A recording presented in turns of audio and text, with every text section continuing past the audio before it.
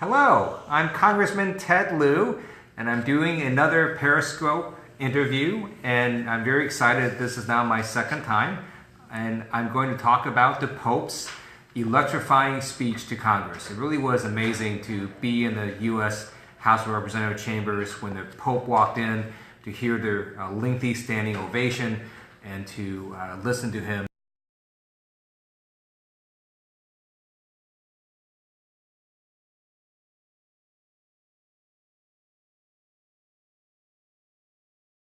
You can feel free to ask questions through Twitter, through Periscope on your app, and I'll try to answer them.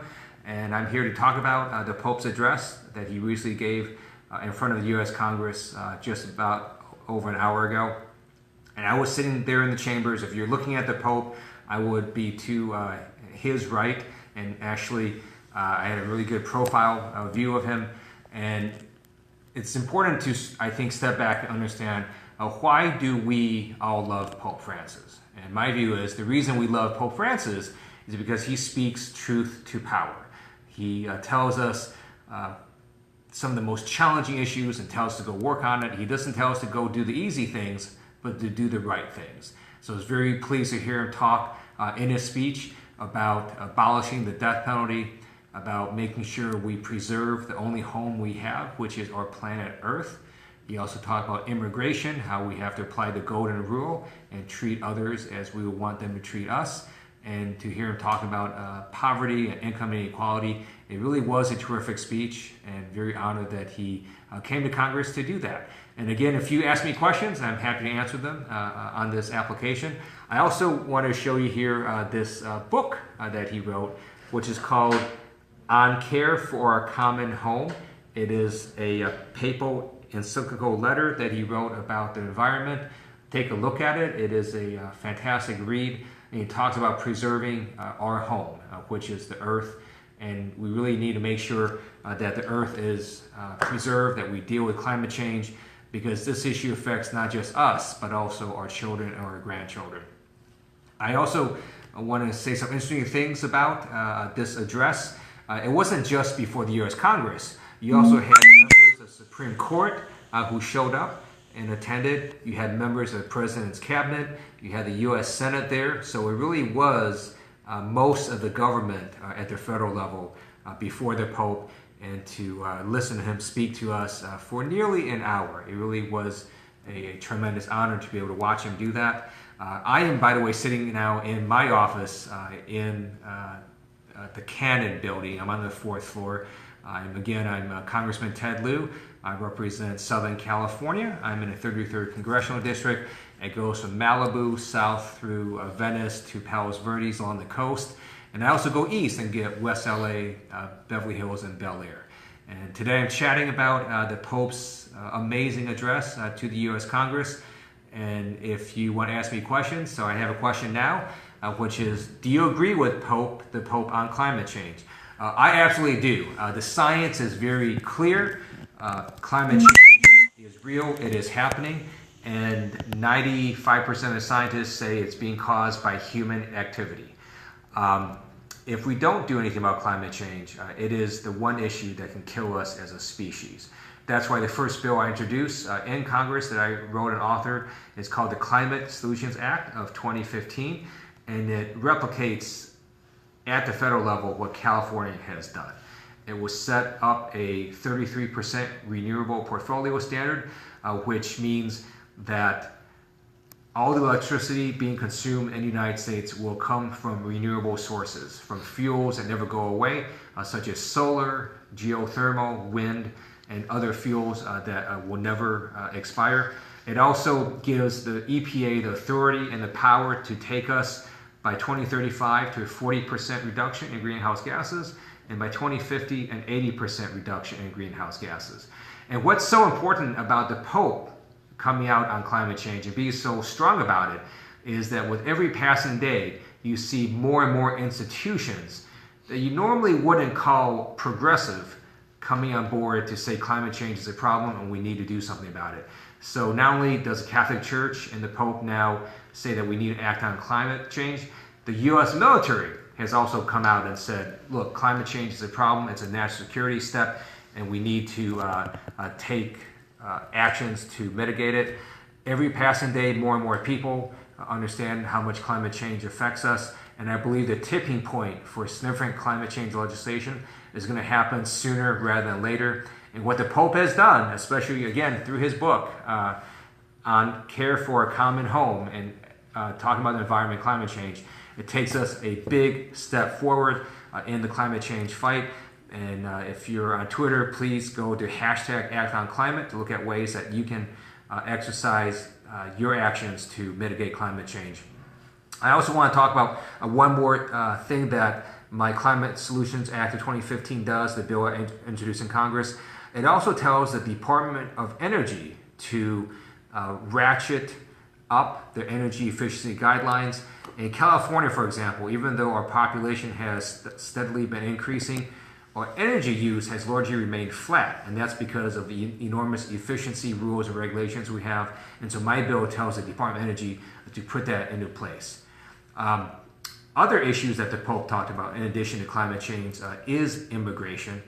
One of the reasons that I ran for Congress, one of the reasons I'm in politics, is because of how I came here. My parents immigrated to the United States, and I was thinking, you know, they could have picked beautiful Hawaii or Florida.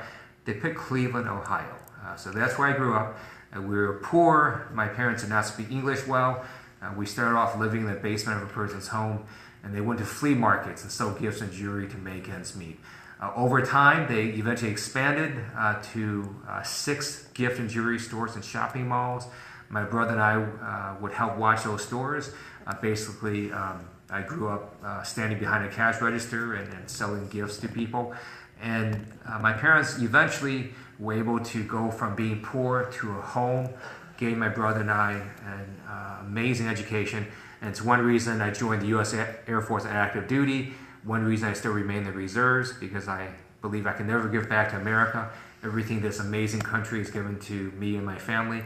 And it's one reason I'm in politics, to make sure that this dream remains open for people who want to work hard and succeed. And the Pope's comments on immigration were fantastic. He tells us to apply the golden rule, to treat others as we would want them to treat us. And I really like his comments on immigration, and we need to pass bipartisan immigration reform. I have a question here on how to make solar power more affordable.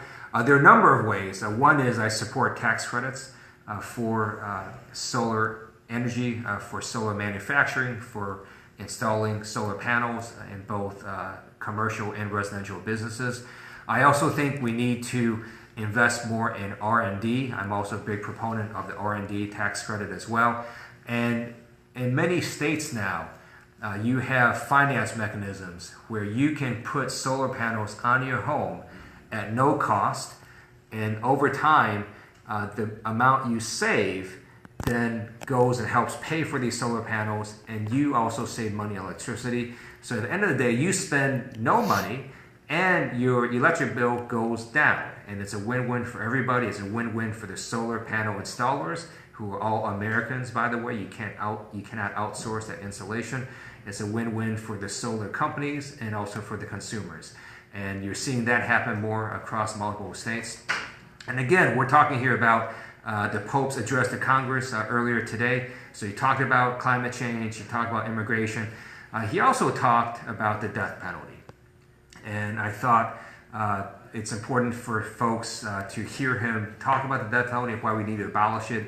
And especially in the United States of America, if you look at the statistics, it is very clear that the death penalty is being applied in a way that is based on race in a very troubling manner. So the statistics show that the largest factor in determining whether a person gets death or not death has to do with the race of the victim. And that's something that shouldn't be happening. We shouldn't have these decisions be made based on race in any manner. And because this is happening, we need to make sure that we abolish the death penalty, because clearly it's being applied in a manner that is not constitutional. And once you impose the death penalty and it happens, and it turns out the person is innocent, you can never fix that mistake. We know from DNA evidence that we've already had hundreds of people who were sitting in prison wrongly convicted, because the DNA evidence showed that. And when you have the death penalty, it turns out that if you actually then apply it, you can never fix that with DNA because of the finality of the penalty. And that's why it's so important that the Pope today talk about abolishing the death penalty. I fully support him. So I have a question here about additional issues related to solar energy. And again, I think solar is one of the ways that we can go towards mitigating carbon emissions and to really go to a climate neutral position, which is where we need to go if we really want to deal with climate change. There's other energy sources, wind, such as geothermal, that also provide renewable fuels. I think we need to look at those energy sources as well. And then let me again go back to the Pope's address, because that's what this talk is about. He was also very humble. If you sort of look at his persona, if you look at his speeches and how he acts, he is able to really deliver very powerful messages in a very humble manner. And I think that's another reason that we love Pope Francis. And once again, it was such an honor to be with the Pope in the chambers. And I have another point here, actually very well made by someone who just sent in a tweet on the death penalty again. In addition to death penalty being applied in a racially biased manner, it also is financially extremely ineffective. It costs a huge amount of money to do the death penalty. You have people sitting on death row for years and years and years, and as a financial way of looking at it, it makes no sense. So there's a multitude of reasons why we do need to really eliminate this barbaric practice. And then let me conclude now by saying it is such an honor to again be doing this interview on Periscope, to have heard the Pope today. And if anyone's interested in learning more, I have my own Twitter. It is at RepTedLou. I have Facebook. I used to have MySpace, but that sort of scared me, so I stopped that account. But you can follow me on Twitter, follow me on Facebook, and also feel free to call my office either in DC or in Southern California. So thanks again for listening, and look forward to having another interview later on Periscope as well. And also thanks to Parachute TV for helping to make this possible.